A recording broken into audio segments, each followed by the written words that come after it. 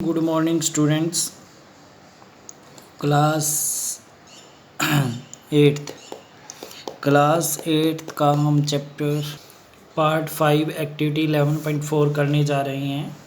Take a ball and place it on a level surface as you did in activity 11.3। जैसे कि activity 11.3 की थी हमने ऐसे ही क्या रखना है, लेवल रखना है और एक बॉल का और हमारी हैंड का। ठीक है। Make the ball move by giving it A push.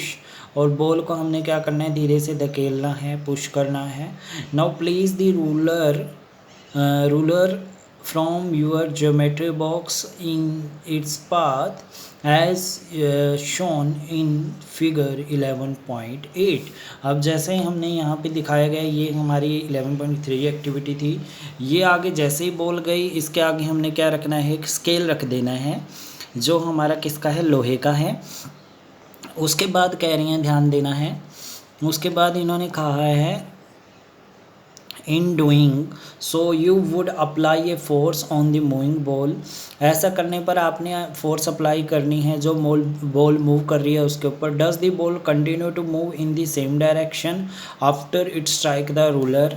हाँ, ये क्या, स्केल से, जो रूलर है हमारा स्केल है उससे टकरा कर उसी डायरेक्शन में जाएगी? नहीं। मान के चलो हमने इसको इधर से धकेल दिया, इधर टकरा कर किधर जाएगी, इस साइड जाएगी। ठीक है, तो इसकी डायरेक्शन क्या हो जाएगी, चेंज हो जाएगी। ध्यान देना है, ये हमने इधर से फोर्स लगाई, ठीक है, आगे स्केल रखा है, स्केल से टकराकर ये इस डायरेक्शन में चली जाएगी। ठीक है, तो यहाँ पे क्या कह रहे हैं, repeat this activity and try to obstruct the moving ball by placing the ruler in such a way that it makes different angles to its path. In its case note your observations about the direction of motion of ball after it strike the ruler.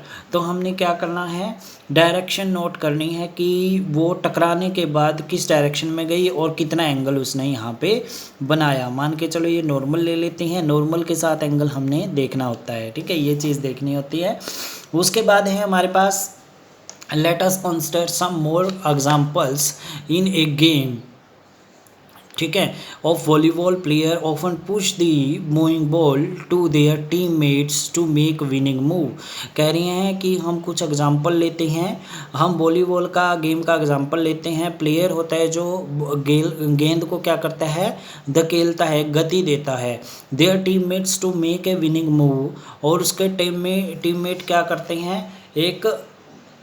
क्या करते हैं, योजना बनाते हैं जीतने की और move करने की, उसकी गति की योजना बनाते हैं कि किस तरफ लेके जाना है अपनी अपने उसमें। Sometime the ball is return to the other side of the court by pushing and smashing it. कई बार क्या होता है, बॉल वापस रिटर्न हो जाती है दूसरी साइड में जहाँ पे क्या लगा हुआ होता है, कोर्ट लगा हुआ होता है, जाल लगा हुआ होता है, वहाँ पे पुशिंग धकेलने पर, smashing it. In A cricket batsman play his और हर शॉट। अगर क्रिकेट में बैट्समैन होता है जो, वो क्या करता है, खेलता है शॉट्स जो उसके क्या हैं, मतलब कि गेंद खेलता है जो उसको शॉट्स बोला जाता है। By applying a force on the ball, वो बॉल के ऊपर क्या लगाता है, फोर्स लगाता है। ठीक है, विद द बैट्स, किसके साथ, बैट के साथ, जो उसके पास बल्ला है उसके साथ। Is there any change in the direction of motion of the ball in these cases. क्या यहाँ पे कोई भी डायरेक्शन, बिल्कुल, जो हमारे पास क्या था, जो बॉलर था उसने बॉल फेंकी, बॉल की डायरेक्शन उस टाइम अलग है, बैट से टकराने के बाद वो फिर अलग डायरेक्शन में चेंज होगी, पर उसकी जो फोर्स है, उसकी जो मूवमेंट है वो बढ़ गई, क्योंकि कुछ फोर्स किसने लगाई, बैट्समैन ने लगाई। अब उसके बाद है, in all these examples the speed and direction of moving ball change due to applying a force। can you give a few more example of this kind? क्या इस तरह के कोई और एग्जाम्पल दे सकते हो? a change in either the speed of an object or in its direction of motion or both is described as a change in state of motion। change in state of motion is very important। जो हमारी गति की स्थिति है उसको बदल दे, ठीक है, उसको बोलते हैं state of change of motion. दस फोर्स में bring a change in state of motion of an object. और ये किसकी वजह से हुआ, जो हमारे पास फोर्स लगाई है हमने मोशन के ऊपर, उसकी वजह से उसकी जो स्टेट है मोशन की वो चेंज हो गई। State of motion is very important. ये येलो बॉक्स में भी दिया गया है। आगे येलो बॉक्स में कैसे दिया गया है देखेंगे। The state of motion of an object is describe by its speed and the direction of motion. The state of rest is considered to be the state of zero speed. An object may be at rest or in motion, both are is its state of motion। देखो state of motion होता है किसी भी object का, वो कैसे हम describe करेंगे, डिफाइन करेंगे, उसकी स्पीड से और उसके जिस दिशा में वो जा रहा है उससे। मान के चलो कोई चीज़ इस डायरेक्शन में जा रही है, किस स्पीड से जा रही है, मतलब कि 2 मीटर पर सेकंड से जा रही है, तो उसको क्या बोलेंगे, उसकी स्टेट ऑफ मोशन बोलेंगे। उसके बाद कह रही हैं the state of rest is considered to state of zero speed.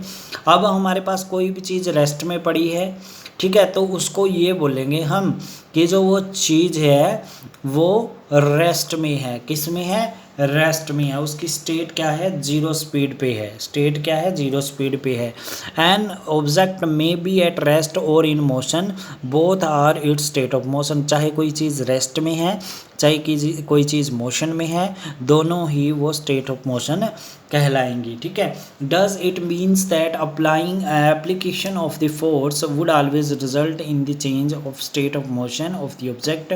क्या इसका मतलब ये है, इसकी विशेषता ये है कि जो फोर्स है वो हमेशा ही बदलाव लाएगी जो मोशन है किसी भी ऑब्जेक्ट का उसमें। ठीक है, लेट अस फाइंड आउट, देखते हैं ऐसा होता है या नहीं। It is a common experience that many a time application of force does not result in a change in the state of motion. For example a heavy box may not move at all even if you apply the maximum force that you can exert. अब देखो यहाँ पे common experience बताया गया है।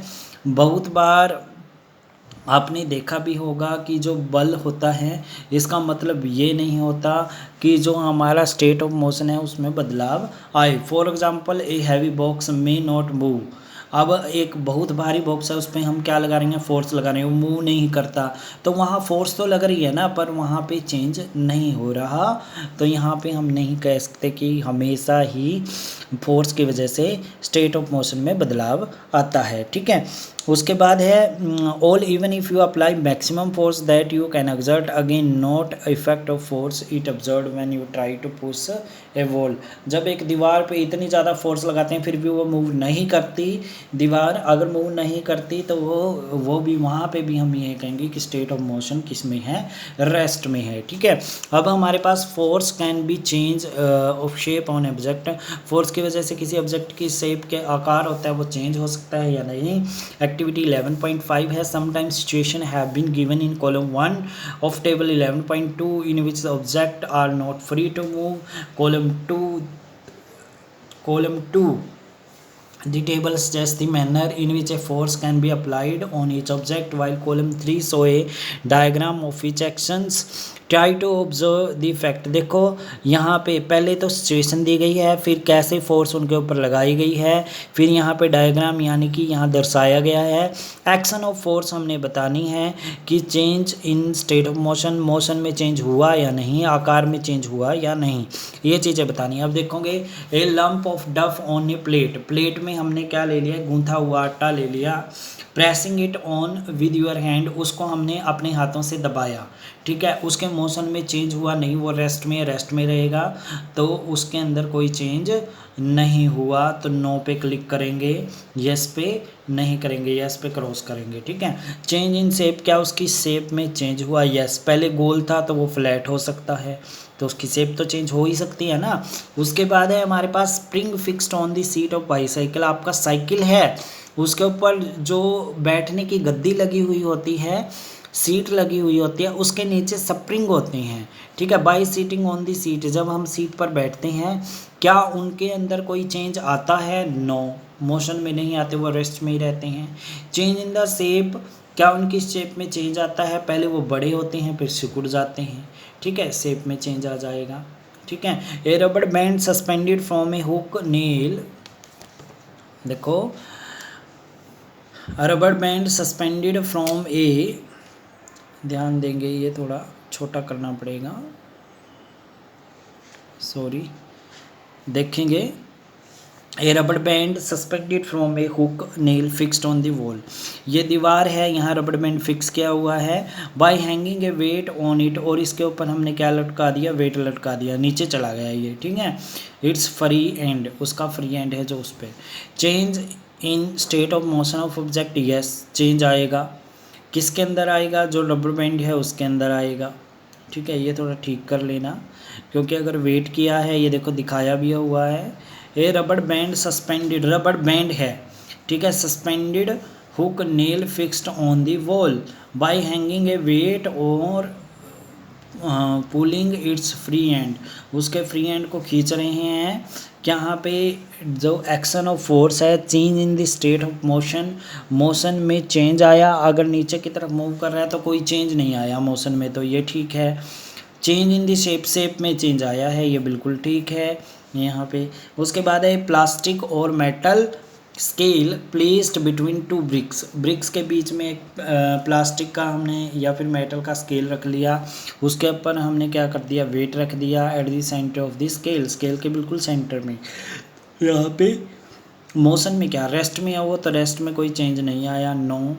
तो उसकी shape में चेंज आया या नहीं, नो, उसकी शेप आकार वही रही। तो आज के लिए इतना ही करेंगे।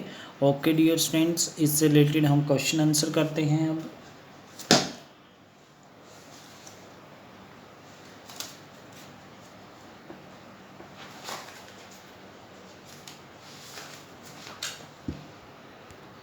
आज आपने जितने इम्पोर्टेंट फैक्ट अब तक किए हैं, यानी 5 इम्पोर्टेंट फैक्ट किए हैं, वो मेमोराइज करनी है। और इसके साथ जो क्वेश्चन हमारे हो गए हैं, जो क्वेश्चन हमारे हो चुके हैं, वो आपने क्या करने हैं, मेमोराइज करने हैं। क्वेश्चन कौन कौन से हो चुके हैं देख सकते हैं आप यहाँ पे। हमारे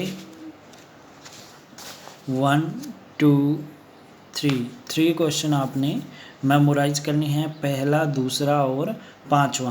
पहला, दूसरा और पाँचवा आपने क्या करने हैं, पहला, दूसरा और पाँचवा क्वेश्चन क्या करना है, मेमोराइज करना है। और 5 इम्पोर्टेंट फैक्ट मेमोराइज करनी है। Okay dear students, have a nice day.